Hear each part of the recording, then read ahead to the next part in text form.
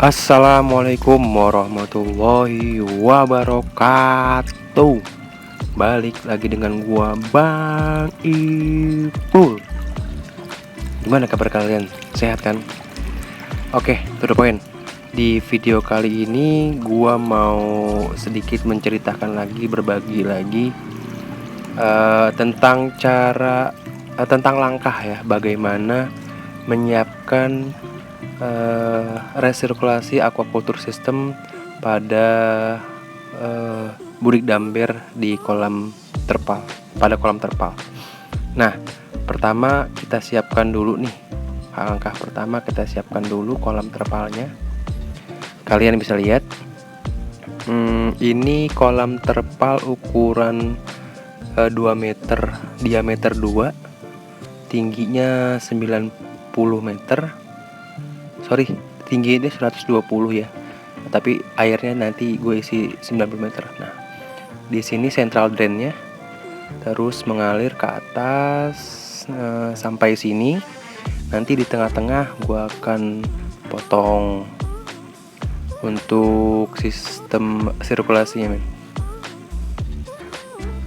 Lanjut. Oh ini, gue kebetulan kemarin setelah kolam terpalnya gue pakai sudah terpasang, gue coba-coba main gurame kan, tapi gagal, men. Terus ya udahlah, kita rapiin lagi. Nah, ini kondisi sebelum kolam gue jadi. Bersihin dulu karena mengisi kekosongan ya. Gue kasih ikan lele dah, lele bekas yang kemarin di budik damber itu, men. Oke, sekali lagi di sini gua cuma berbagi pengalaman. Ini ikan lele. Oke, langkah pertama menyiapkan kolam terpalnya. Nah, langkah kedua yang gua lakukan itu mengisi air. Ini kan paling cuma 50 cm ini. Nah, ini agak sudah terisi karena gue isi pakai air hujan ya. Ya, gue tampung lah air hujan. Nah, langkah kedua menyiapkan ember. Ember ini gunanya untuk sirkulasi. Kita buat chamber. Nah, langkah ini pertama embernya itu gue bolongin ya. Ukur dulu. Kebetulan ini pakai paralon yang ukuran 0,75 ya, masalah. Nih, bolongin, sebelum dibolongin diukur dulu ya, sesuaikan sama paralon. Pakai solder aja. Enaknya sih pakai gerinda gitu ya.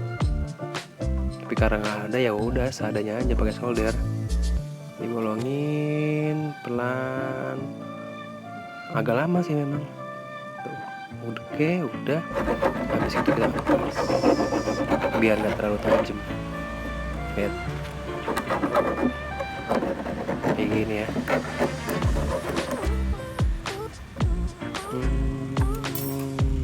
Oke, udah rapi. Coba kita masukin. Nah, aman. Oke, lalu kita terapkan di kolam terpal kita, karena ini ember ini gunanya untuk sirkulasi. Nah, awalnya itu ember pertamanya ini untuk solid waste dari kolam terpal, tapi ya gagal ternyata. Tapi memang ini ada kesalahan teknis. Ini air overflow dari kolam terpal dialiri, terus tadi niatnya memang awalnya biar overflow ke ember kedua sampai nanti ke ember 8. Tapi sistem ini salah, jadi nanti di ember ke-8 air cenderung lebih rendah ya. Nah, ini baru sirkulasi yang benar. Ini kolam terpal. Terus gua buat 3 chamber kebetulan di sini. Chamber pertama untuk solid waste, kotoran ikan, nanti akan tersedot ke sini melalui overflow dari air yang berasal dari kolam terpal. Ini chamber pertama, chamber mekanismenya. Biasanya kotoran-kotoran ikan yang agak kasar gitu ya. Terus ini chamber kedua untuk nitrit. Biasanya gue taruh biobol dan kerang jahe, tapi memang belum gue taruh karena belum ada ikan. Chamber ketiga itu biasanya cenderung air sudah lebih bersih daripada chamber pertama dan kedua. Akhirnya kita alirkan airnya ke botol plastik yang memang sudah gua kasih kangkung. Nah, begini, lihat tuh. Nanti niatnya sih memang sampai sampai mengelilingi kolam terpal ya. Tapi memang ya karena botolnya gue nyari satu persatu. Oke, langkah pertama gue menyiapkan kangkung nih. Kangkung ini seharga 16.000 ya, sekitar 250 gram. Cara pertama kita semai.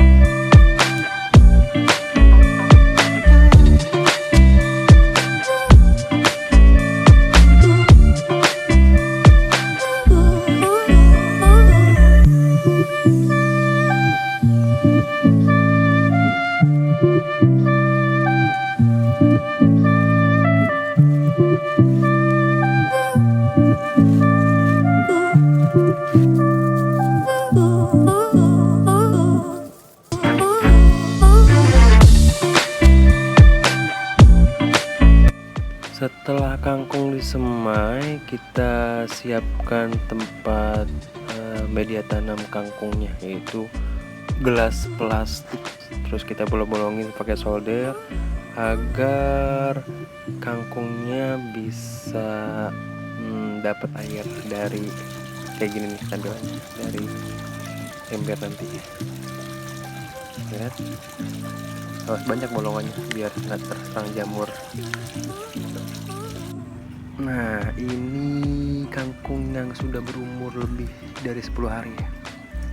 Itu kita sudah terapkan kangkungnya salah satunya, dan ini baru 4 hari.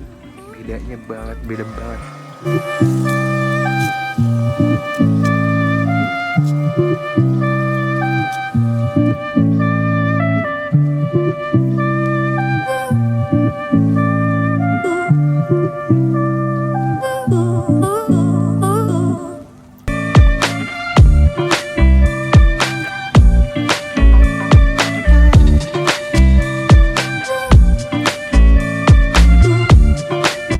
Nah, biasanya gue per gelas plastik itu 5 pohon kangkung ya biasanya. Tapi terserah kalian juga sih mau berapa kangkung.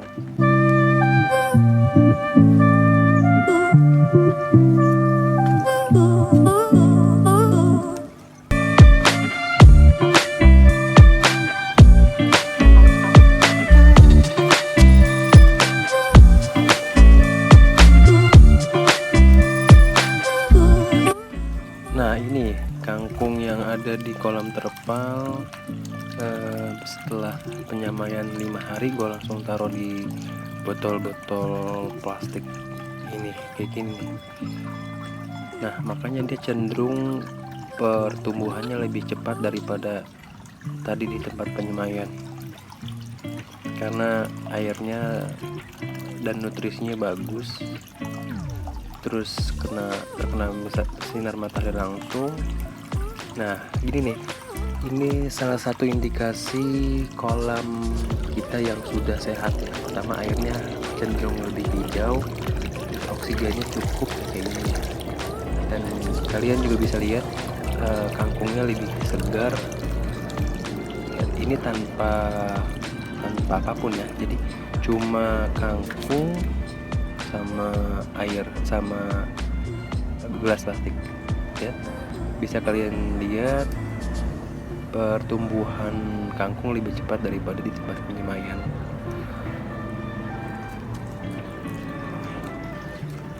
Tanpa ada, biasanya pakai rock wool sih, tapi ya nggak perlu rock wool atau busa atau apapun ya, perlu juga.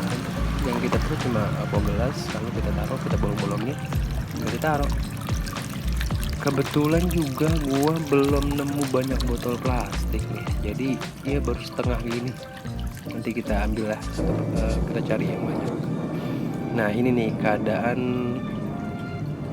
kolam yang sudah jadi. Jadi sistemnya gini, kolam terpal terus dialiri ke ember sirkulasi pertama. Ini lihat, bisa kalian lihat airnya sudah agak kehijauan ya, sudah hijau bahkan, dan itu baik untuk peternakan ikan. Itu chamber pertama, lalu kebuang ke chamber kedua dan disedot di chamber ketiga. Chamber pertama gunanya untuk sirkulasi mekanisme, biasanya disebut dengan solid waste-nya. Jadi kotoran-kotoran makan ikan tersedot di chamber pertama, lalu chamber kedua, dan disedot di chamber ketiga. Susah banget ngomongnya. Jadi gitu, bisa kalian lihat nih.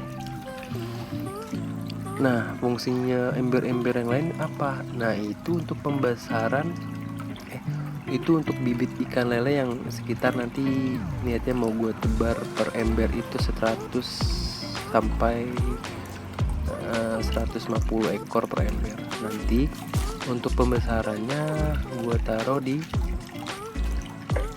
kolam terpal.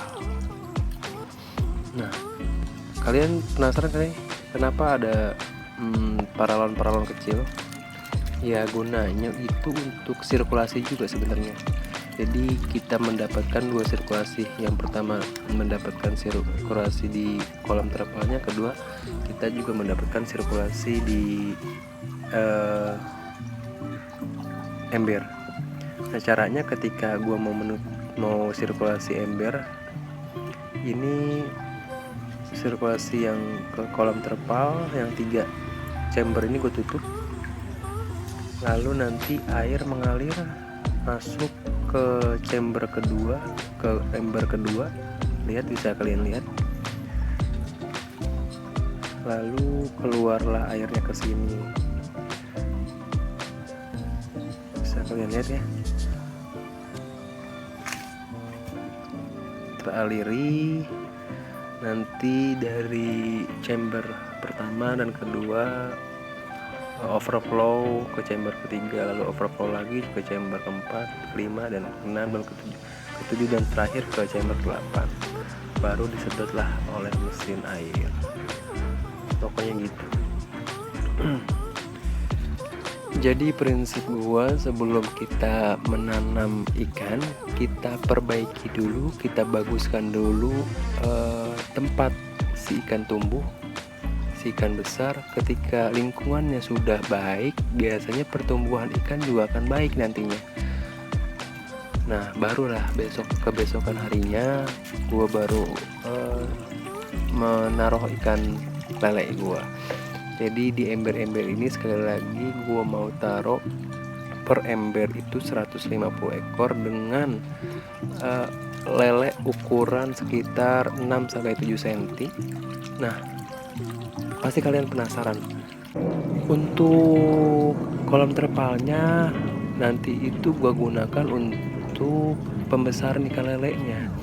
Jadi nanti sekitar 1000 ekor bisa menampung di kolam terpal tersebut. Ya semoga berhasil lah ya uji coba kali ini.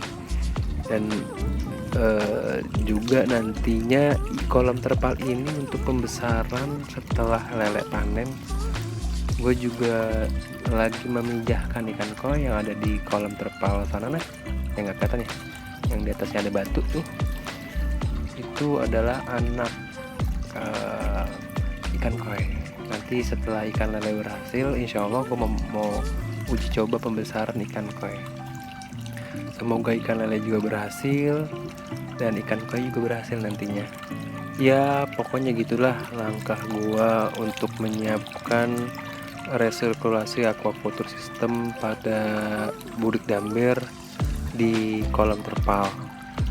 Kurang lebihnya mohon maaf kalau memang kata-kata gua kurang tertata dan penyampaian gua tuh kurang bisa dicerna.